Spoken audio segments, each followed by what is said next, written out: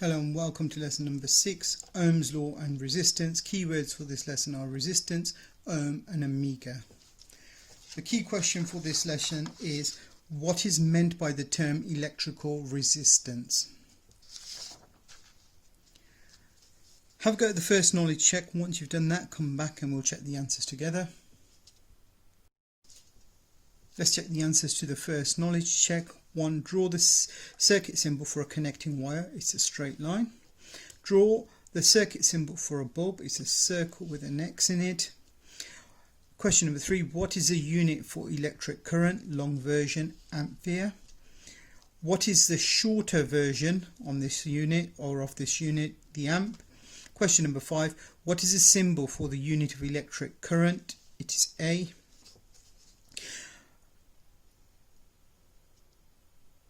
Which terminal of an ammeter is connected to positive? It's red. What is a rule for current in a series circuit? The current in a series circuit is the same in all parts of a series circuit. Question number 8. If more lamps are added, what happens to the brightness of the lamps in a series circuit? They become dimmer. Check your answers. Give yourself a mark on the side. The overview of this lesson: describe the electrical resistance and recall and apply Ohm's law. Electric current is the flow of electric charge, usually electrons. So this is something we learned last lesson. If we look at a simple circuit, such as a single bulb in a circuit, the electrons flow from the cell. Through the wire, through the bulb and back to the cell. We say the bulb has resistance. This is because electrons need to use up some of the energy to get through the bulb. So electrons need to use up some energy to get through the bulb. A better word rather than use up is transfer. For energy, and they need to do work. The current does work on the bulb, so current does work on the bulb, and you can tell this because the bulb heats up. So we can draw this circuit, the simple circuit, with circuit symbols. So this is the cell. Here are the wires connected to the bulb. The electrons flow out of the battery, through the bulb and back to the battery.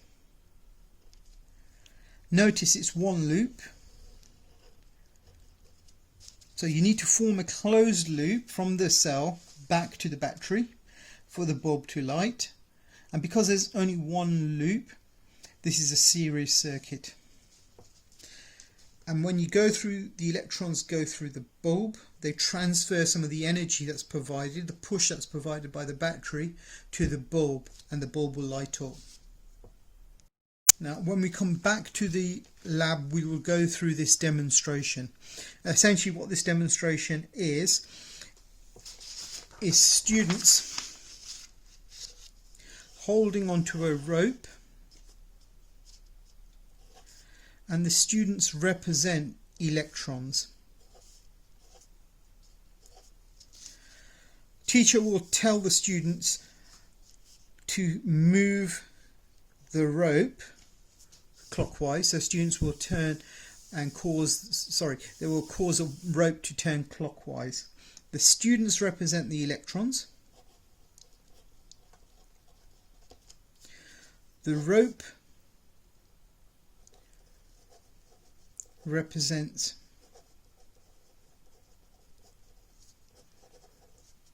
the wire. You can have one of the students acting as a battery, so they will provide a push as well. So notice the number of electrons does not change. One number off.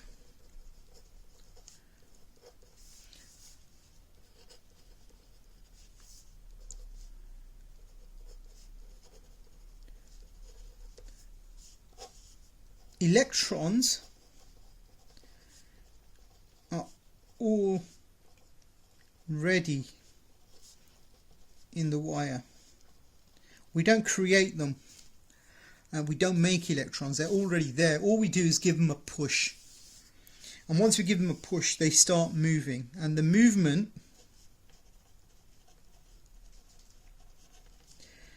is the current. Notice the model is not perfect because the electrons are not actually just moving out of their position, but we are representing them with students. Now the second part of the practical is we put a step in. So what the students do now is they step onto the box and they step off the box. And when students have to step onto the box, they lose energy, and this box represents a component, in this case a bulb, and so they lose energy, gaining gravitational potential energy. And when they step down, there's a change in energy from when they're up here. So here they have high energy. They lose this energy when they go over the box. So this is lower energy. Remember, in our circuit, the push is like the energy. It's the push.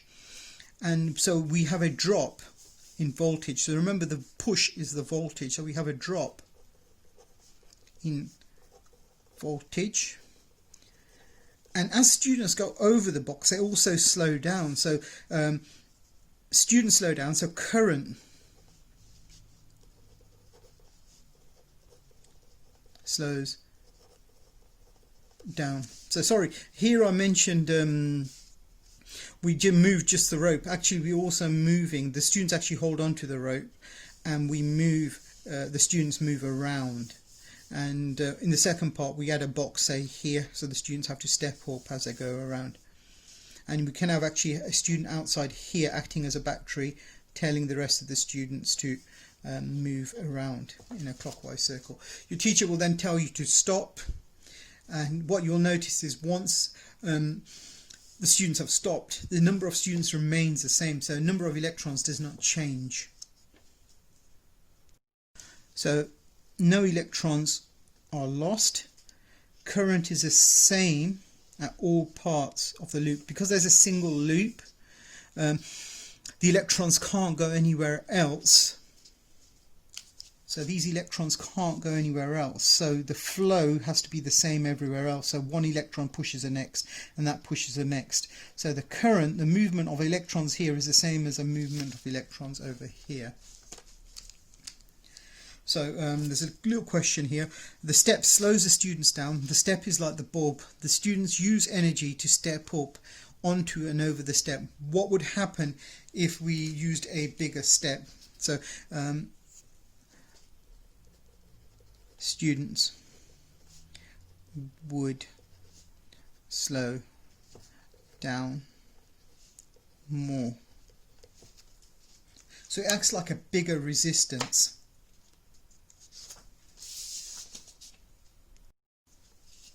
So the step represents resistance in the circuit. Resistance in a circuit is provided by the bulb, and it can also be provided by any component. So it doesn't necessarily have to be a bulb. Anything you put inside a circuit provides resistance. The current is slowed down, so that means it's reduced by the bulb, and just like the students slowed down when they went over the step as well. The current is kept flowing in the circuit by the cell, so current is kept flowing in the circuit by the cell, so that provides the push, and the push is a voltage. The cell provides voltage or potential difference. So power to push the electrons around the circuit. Notice this word potential difference. There's a difference between the two terminals of the cell. So there's a difference in voltage, and that's why they say there's a potential difference.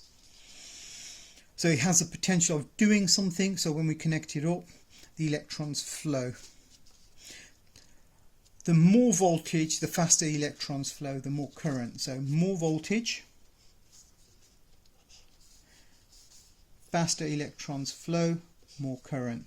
The voltage, current and resistance are linked by Ohm's law.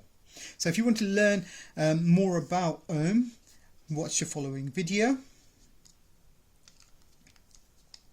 So what we learned here is current, resistance and voltage are linked. So as we increase the resistance, the current goes down. We require more voltage to keep the current going. As we increase the voltage, the current increases as well. So these are linked together in Ohm's law, and we'll come and look at that in a second, but we need to actually have a look at what a resistor is. A component called a resistor in a circuit is made of materials which does the same job as the step, and the job is to reduce current. So a resistor reduces the current. Sometimes the current or the voltage is too high in a circuit, and to stop other components blowing, we put in a resistor. The circuit symbol for a resistor is shown below. Is a rectangular box with two wires coming out of either end. Now we mentioned Ohm up there, and we have an equation for Ohm's law that links resistance, current and potential difference, and it can be calculated using this equation, which is potential difference equals current times resistance. In symbols, V equals IR. Potential difference is measured in volts. V. Current, I, in amperes or amps for short, and the symbol is A. And resistance in ohms, which looks a little bit like a upside down horseshoe, and it comes from the Greek letter omega. So this is a Greek letter omega.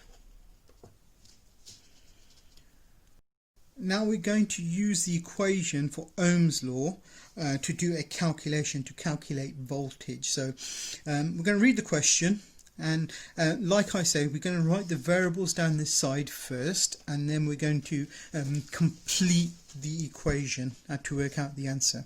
So a diode has a current of 5 amps running through it and a resistance of 5 ohms.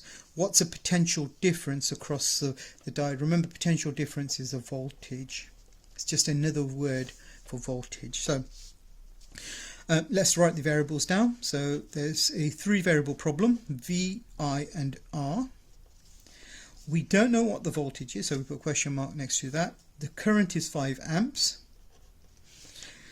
The resistance is 5 ohms. We check they're all in the right units. So next we substitute the values into the equation that links the 3 variables. So V equals IR. You substitute in the 2 values, and remember you always include the unit at the end. So 5 times 5 is 25 volts. Now we also need to be able to rearrange this equation as well. So just to make things simple for now, we've given you the 3 rearrangements. So 1, 2, 3. V equals I times R. The current, I, equals voltage divided by resistance. The resistance equals voltage divided by the current.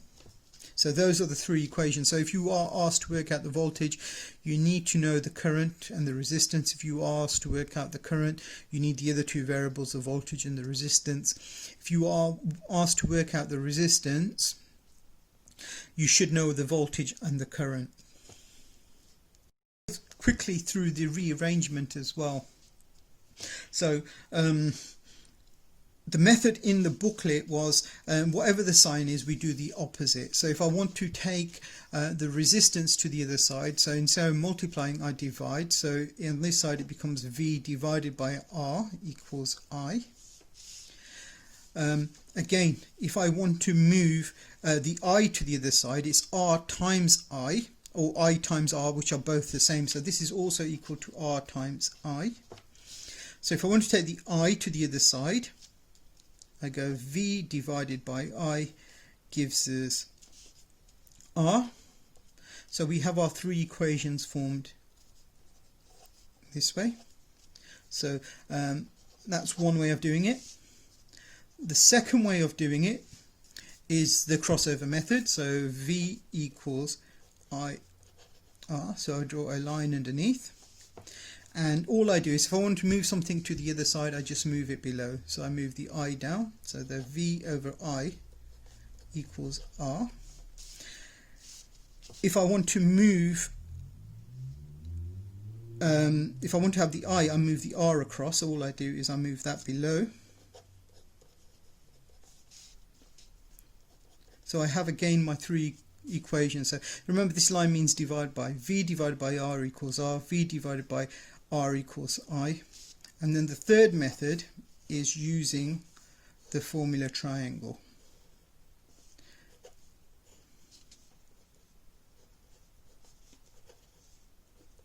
So remember, this line here means times and this line here means divide. So you cover up what you want to know. So if I want to know V, I cover that up. So V equals I times R. If I want to know I, I equals V divided by R. If I want to know R, cover up R. And that's equal to V divided by I. So you've got three methods of rearranging equations. If you want to practice them, you can practice them. If you're finding rearrangements difficult at this time, then just use the equations as they are. Now complete the table, work out the answers using the three equations that we've come across before as well. So the three equations is V equals I R, I equals V divided by R, or R equals V divided by I. So if they ask you to work out voltage, that's the subject of the equation, that's the one we use. If they ask you to work out the current, we use the second equation. And if they ask you to work out the resistance, if that's the unknown, we use the third equation. Let's go through the answers together. So the first one is voltage, is current times resistance. 2 times 9 is 18. Second one, same thing, we multiply the last two columns. 0.5 times 20 is 10. So again, third one, we do the same thing, current times resistance, and that's equal to 240. Fourth one, same thing, 5 times 5, 25. Now here, slightly different, we have to work out the current, so therefore we need to use this equation here. So it's voltage divided by the resistance, which is 34 amps. Here we asked to work out the voltage, so we multiply these two together and that becomes 9 volts. Here we asked to work out the resistance, so we have to use a correct equation. So voltage divided by current, so 1000 divided by 5 is 200. So these are straightforward numerical values and doing some simple mathematics. Here we're going to look at some word equations, so have a go at these ones as well. So remember, write down the variables on the side, pick the right equation, substitute in the values and find the answer. Now when you've done that, come back and we'll check the answers together. So let's have a go at answering these questions. So always remember, we start off with writing the variables. So we read the question: what's the voltage across a 5 ohm resistor that has a current of 2 amps across it? So a voltage, current and a resistance are the three variables. So the current is 2 amps, The resistance is 5 amps. Voltage we don't know. Do we have an equation that links the three variables? Yes, we do. Voltage equals IR, Ohm's law. So what we do is substitute these values into the equation. So I times R. So 2 times 5 is 10 volts. Remember to give the units the correct units as well. So here, what is the resistance of a bulb that has a voltage of 200 volts across it and a current of 10 amps through it? So again, we start off by writing the variables down. So V, I and R. So the voltage is 200 volts. The current is 10 amps. The resistance we don't know. Do we have an equation that links these three variables? Yes, V equals IR. But we're asked to work out the resistance, so we have to make R the subject of the formula, the thing that we need to work out. So R is equal to V divided by I. Substitute the values in, so 200 volts divided by 10 amps gives us a value of 20 ohms. Question number 3. What is the current through a 3 ohm resistor that has a voltage of 6 volts across it? So again, we write down the variables. So we have current, we have resistance, and we have a voltage. So V, I and R. So the resistance is 3 ohms. Current we don't know. The voltage is 6 volts. Do we have an equation that links the three? Yes, V equals IR. But this time we're asked to work out the current, so we need to rearrange this equation to make I the subject of the formula, the thing that we need to work out. So I is equal to V divided by R. So voltage is 6 divided by 3, and that is 2 amps. Remember to give the correct units each time.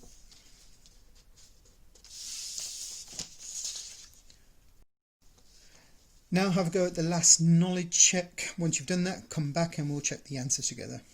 The answer to the last knowledge check: potential difference and voltage are the same thing. True or false? That's true. Potential difference is measured in what unit? Volts. Identify the unit for resistance. It's ohms. Identify the symbol for the unit of resistance. It's the Greek letter omega. Question 5. If resistance increases, what happens to the current? It decreases. Identify the equation to calculate potential difference. That's Ohm's law. V equals I times R. Make I the subject of the equation. So if we rearrange this, current equals voltage divided by resistance. If you make, for question 8, if you make R the subject of the formula, it's resistance equals voltage divided by current. Check your answers. Give yourself a score on the side.